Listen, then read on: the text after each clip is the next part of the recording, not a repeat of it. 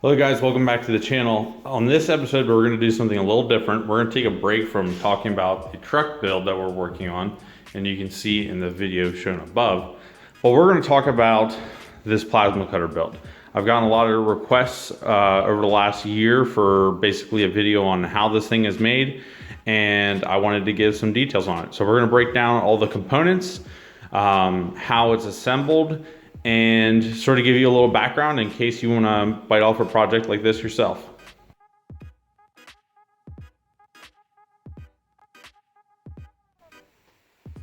Okay, so first things first, you'll notice that this plasma cutter is a relatively small one. This one's set up to cut a 24 by 48 inch long sheet. So that's what this wet tray here is made for. The frame is slightly larger than that. So this frame was made by myself with 2x2 125 wall tubing. So basically all it is here is a frame with some angle iron to connect the corners. Here's a better view of it. You can see how they're welded on here. And then this sandwiches over top and clamps them down. The frame was the first thing that was built. So you make this top tray up here, this rectangle. And then what I did is I went ahead and made a stand. So all this is flat plate welded onto some tubing like this with some legs and casters. And I have a crossbar that's bolted on back here, right there, that you can see. That keeps the whole frame sort of squeezed tight. When you're making this frame, the most important pieces are these X-axis rails. So when you're making these X-axis rails, you'll notice that nothing is welded to these at all. These are just bolted in. And the reason that is because it's very important that we don't warp this material during construction. This material holds these X-axis bearings. So these X-axis bearings, and Y-axis for that matter, are HGH 20 millimeter bearings.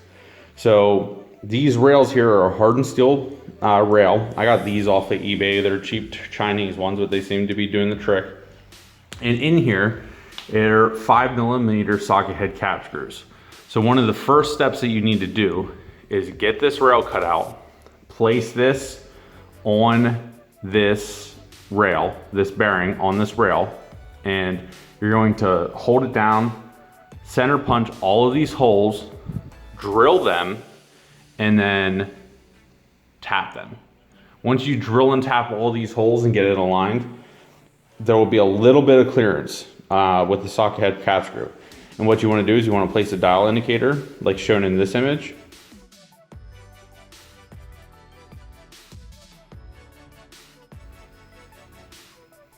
And then indicate this rail on straight to this top surface right here.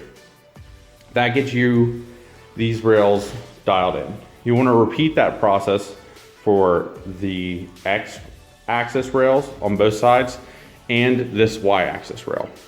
When you're doing your measurements to size your Y-axis rail, you need to account for the gantry width that you need. And you also need to understand that the gantry does not run all the way to the end. Okay, so in this case, there's about a 8-inch overhang here.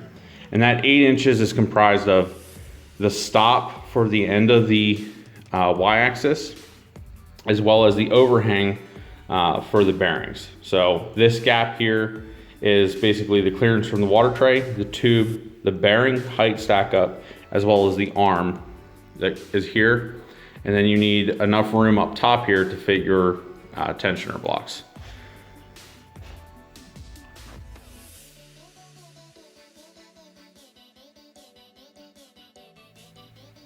Now that we covered some basic details about the bearings, let's talk a little bit more about these drive systems.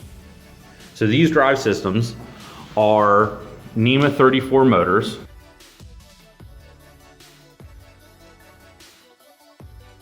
And if you look underneath here, there's a belt, and the belt comes in, loops down, and back up.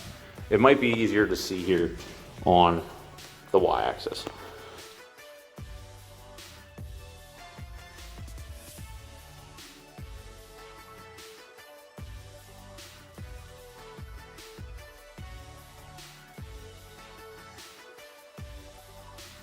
So if you look at the y-axis, you can see that the motor drives on 2 sets of idlers to keep tension.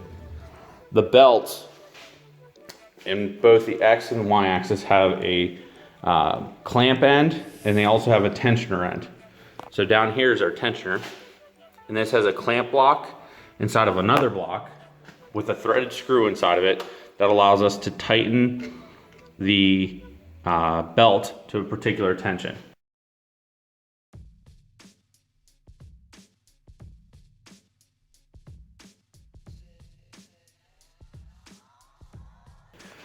So the way that we set the tension on the belt is we tune it.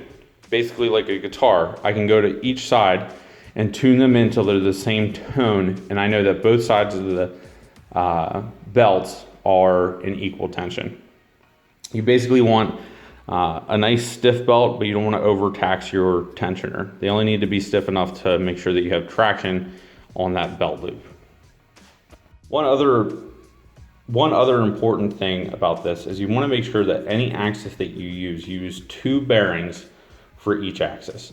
This prevents racking, so back and forth movement on the rails, and you can see that I did that also up here. If you followed along on this build when I was originally doing it, you'll remember that I previously had a different type of bearing. I had a dry line T bearing up here, and it only had 1 bearing. And what that caused was a lot of racking in the side-to-side motion. I did this because I had the part, so I wanted to try to use it, and instead had to go back and order one of these.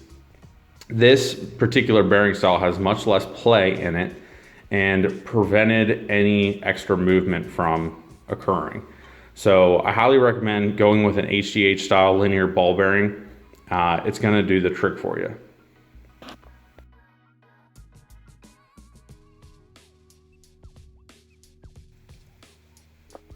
Okay, so the next topic we're gonna go through is our Z-axis.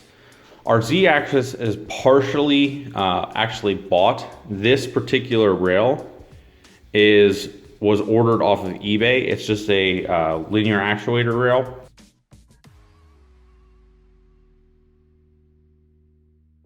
And it comprises a NEMA 34 stepper, which I bought separately, a little mounting block up here, a rail, and then a ball screw right here. And what that ball screw does is it has a mount, which you can see underneath these 4 screws here, that allows me to mount this tube that I made out of 2x4 tubing, and this is what our torch mounts onto. This Z-axis works pretty well. Unfortunately, I recently crashed it, so I'll have to explain a little bit what's going on here. But I have a Z-axis limit switch up here and a Z-axis limit switch down here, and they're basically 2 tabs. One's mounted up here and one's mounted down here, and what that does is allows me to establish the min and max movements of the Z-axis. I can tell when I'm getting close to the end of the travel, and I can tell the controller, hey, stop moving, you're going to crash. This particular one was crashed because I had a block sitting down here, which forced my probe to go up and snap this little 3D printed arm off, but we'll get to that in a minute. So the Z-axis, relatively simple. This is just 2x4 tubing. It fits over these commercially available Z-axis or ball screw actuators. They work pretty well.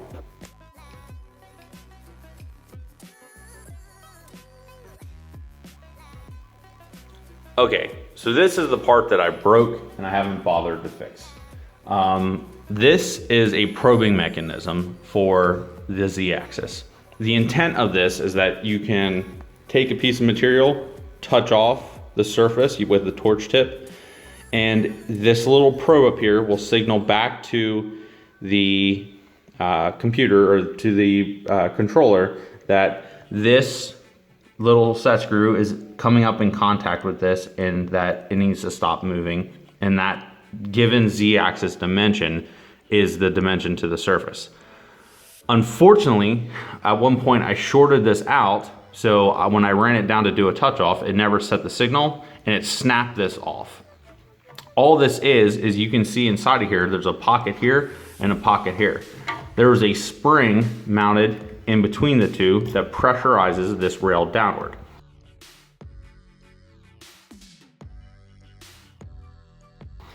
You can see that when it touches, it rides on a linear rail that can be seen right here.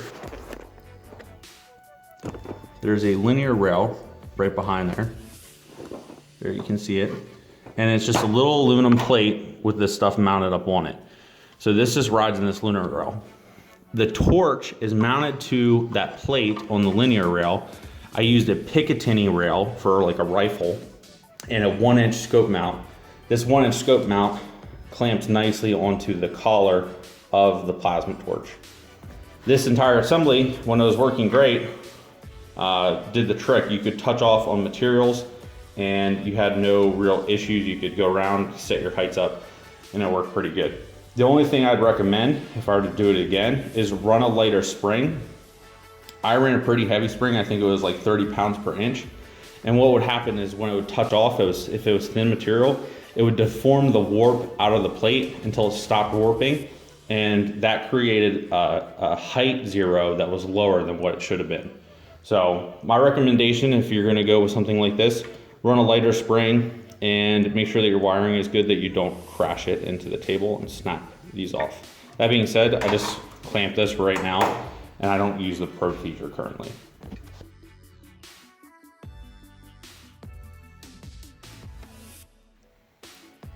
Okay, so our next topic, wire management.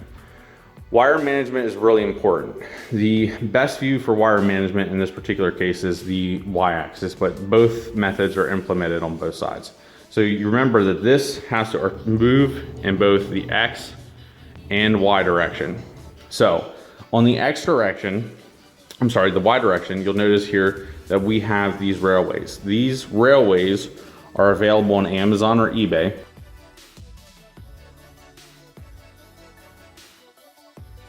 And they're basically just link style wireways that you can clip together and run all your wires through, and it keeps everything neatly tucked. So you always want to move from one side to the other. In this case, it's coming up the X2 side. This is the auxiliary X side.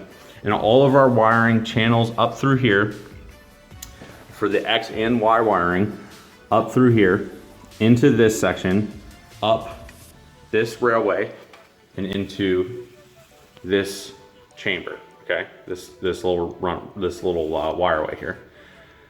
All the Y wires run up through here, and all these slave motor wires run down below here, back down the other side, and into this motor. What that does is it keeps everything neat and tucked, and you don't put any stress on the wires because there are strain reliefs here, and this keeps everything tucked. There's no movement on these wires when the axes are moving around. These do a very good job at keeping everything in good shape. So I highly recommend using something like this. Depending on how you set your machine up, you might want to run it slightly different, but that's how I ran it on mine. So this is on the back side of the machine, and you can see the wires coming down through here. Now I needed to pass them through to the other side of the machine because my electrical enclosure is mounted in the front. So what I used was some PVC tube here, and I mounted this PVC tube in some 3D mounted like carriers and passed all my wiring down this way. The wiring is all actually thermostat wiring. So this is all 18 gauge with 8 conductors per wrap in here. So this allows you to run one of these per stepper motor. So in this particular setup, I'm running 8 wire stepper motors. So each one has its own particular conductor, and then each one has its own connector on the outside of the machine. These are run using airline connectors or aircraft connectors, aviation connectors. These little guys here, which I can take off, are a screw style connector with a solder on connection, which I'll show in a picture now. And you can see that they have a female and a male side, and they are numbered. These particular ones are a 7 conductor setup, and I have a couple of more in here that are like a 10 conductor for ones that have more contacts. So I would say that these are not the easiest things to wire. The contacts are pretty small on them, but if you take your time, you'll get the hang of it, and they work pretty well.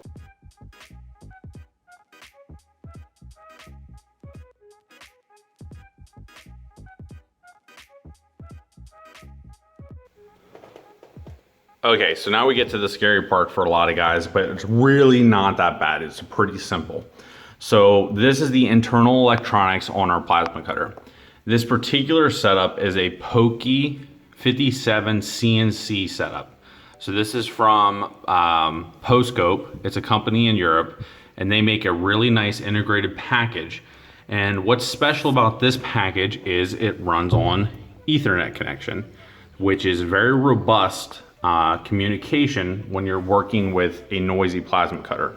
So one thing that you want to keep in mind is plasma cutters, you need a particular type of plasma cutter in order to do this. You can't have a high frequency start. And the reason that is because it can mess with the communications from your computer to your motion controller inside of your device. So for this setup, what we have is a Ethernet connection. This Ethernet connection is just a simple male-female connector in here, or female-female connector that goes through a bulkhead. I got that off of eBay. A short Ethernet run, and all of our communication goes right through this little connector into our controller. This controller and everything else is powered by a 24-volt power supply shown here. So what we do is over here, we have our connections for 120 volt coming in with a switch on the outside and a power cord, and it comes into here and feeds, you can see the ground, power, and neutral here to this box. There's also a connection here, a reference ground that runs to the panel and grounds everything to this sheet here. So once we have power to this, we need to run power to everything else. So in order to do that, what we have here is we have takeoffs here, DC takeoffs, and they run down to each device. So this is the motion controller, and then this is a driver, as you can see here, for each stepper motor. So each stepper motor has its own driver. The driver wiring is very simple. It just has power and ground, okay, for the 24 volt DC. And then there's the leg for each one of the stepper motor coils. So this is your, A prime, B prime. I just said those. I don't know if those wires are actually that. You have to look at the, these are labeled and tell you what they are. Don't go off what I just said, but that's the idea. And the center wire there is the shielding from this connectors, or this insulation of this cable here. It's very important that you run your shield back to your board in order to make sure that you have robust communications. Every one of these motion drivers are wired that way. Now, in order to get communication to the motion drivers to tell them what to do, the Pokey setup is very nice. So you can see back behind here, there's a ribbon cable, and each ribbon cable clips here and runs down to its respective motion driver. That does everything for you. It's very simple.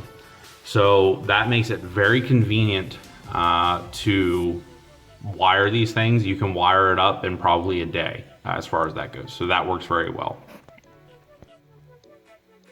Okay, so you probably noticed that there's additional devices that are controlled off of here. So what we did is we ran one power leg to a bus style bar here that we can have multiple takeoffs because we were running out of real estate on our power supply.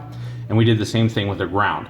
And what that does is that's providing our power and our grounds back to all of our different devices that are here. So these are our limit switches. All of our limit switches have their own wires here, and we are running the power and ground to these two, and then we're running our signal wires here, these blue ones, up and around into the motion controller. So these are running into up here and telling the motion controller, hey, when we're doing our 0 position, this thing is running up and touching, not quite touching, but getting close and tripping that signal. And that's telling the motion controller, hey, we're at home. So that's the basic wiring of what you need to do in order to run these. There's also an e-stop connection, which is just 2 wires. And when this is open, it'll stop the machine. So actually, you might want to check me on that. It might be when it's closed, but go by the recommendations of the Pokey on how to set it up. And that just runs in a little 2 connections there, and that's pretty much it. Now, a more advanced setup, which I'm not currently using because I've had some issues with this plasma cutter, is called THC Control, and that's torch height control. And for this setup, we're using a plasma sense controller. And what it does is it modulates the Z-axis height on the machine based off of the voltage between the tip of the torch and the basically your reference voltage, which is your plate material. And you set a particular voltage. That voltage correlates to a height because air has a particular resistance when voltage is flowing through it. Those 2 voltages are run from a CNC port in the back of the machine, which basically measures from here to here and steps it down, say 50 times, so it doesn't fry the machine. So it measures the voltage here to here. It says, hey, that's 150. It steps it down 5 times, and it runs back through the wires here and to here. This here reads the power, or reads that voltage, and through a fiber optic line runs up to here into this little reader and then into a ribbon cable and connects into there and says, hey, we are too high or we are too low. You need to go up on the Z-axis or down on the Z-axis to get to the correct height. This device is very simple. Like I said, the wiring here is just 2 wires for the voltage. We have 1 fiber optic wire for all the communication to the motion controller, and then there's a power and a ground. Okay, so pretty simple setup there.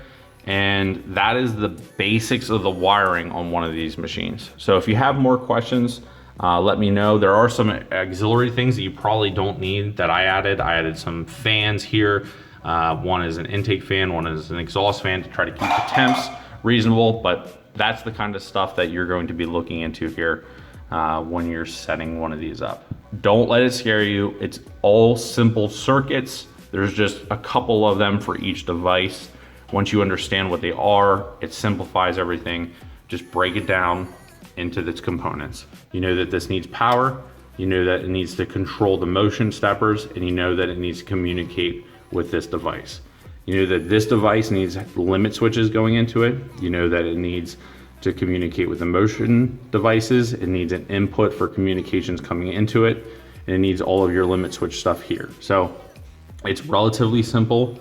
You just need to sort of step back, take your time, read the diagrams, lay it out. It's not that bad.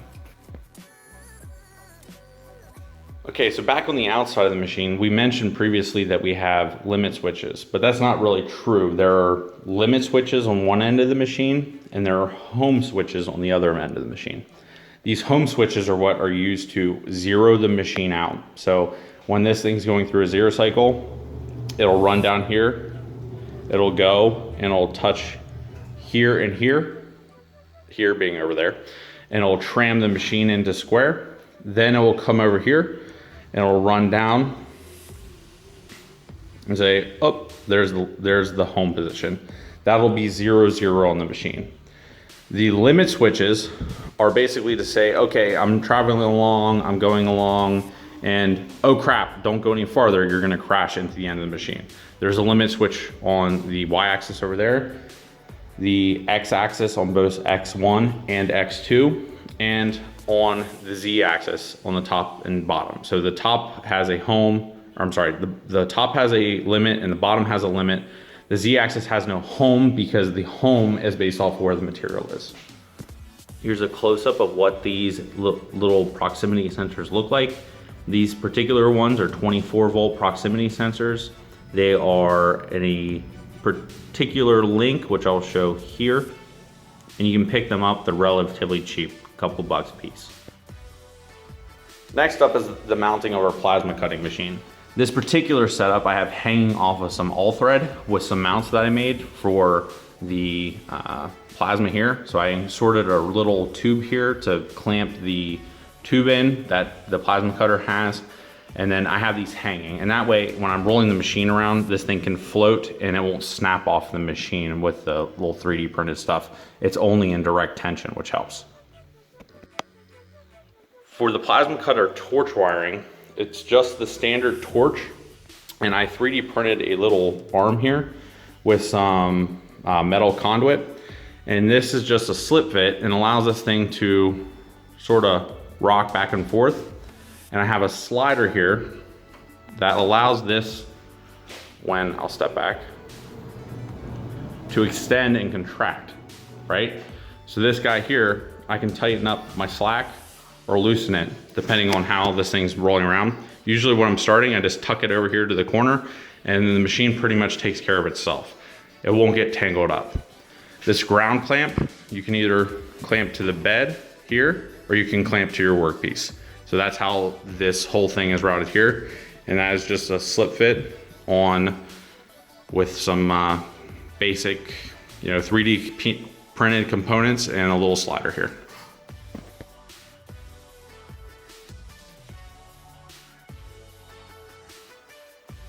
So for our final topic, we're going to talk about the water pan and slide system. This water pan is about 4 inches deep, which is plenty for my application.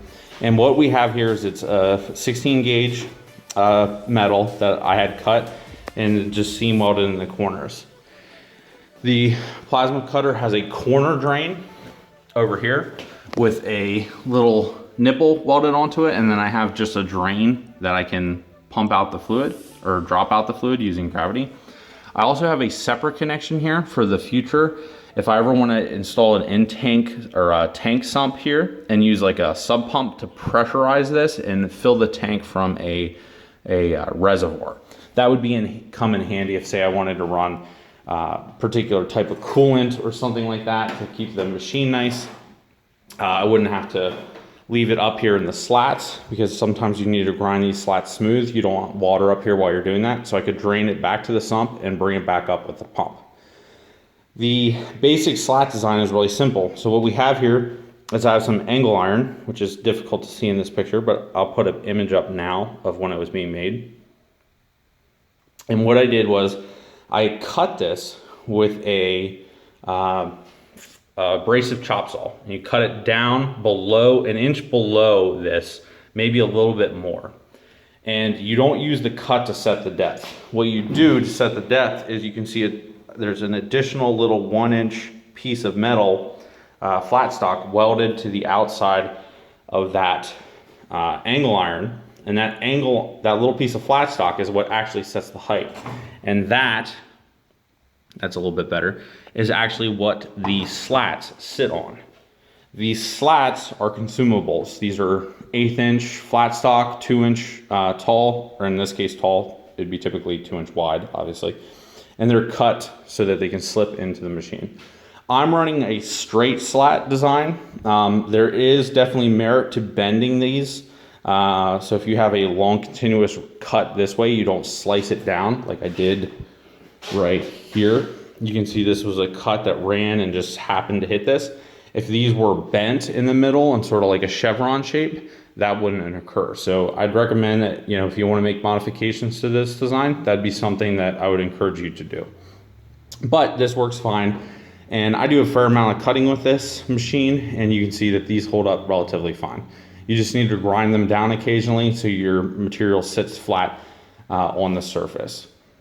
That flat on the surface becomes a lot less critical when your torch is operating correctly with your probe and your THC control is working properly.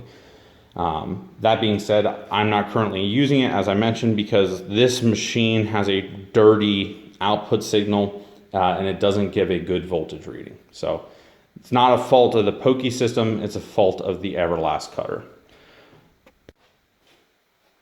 Okay guys, so that's the overview of this machine. I covered a lot of topics here relatively quickly and in general terms.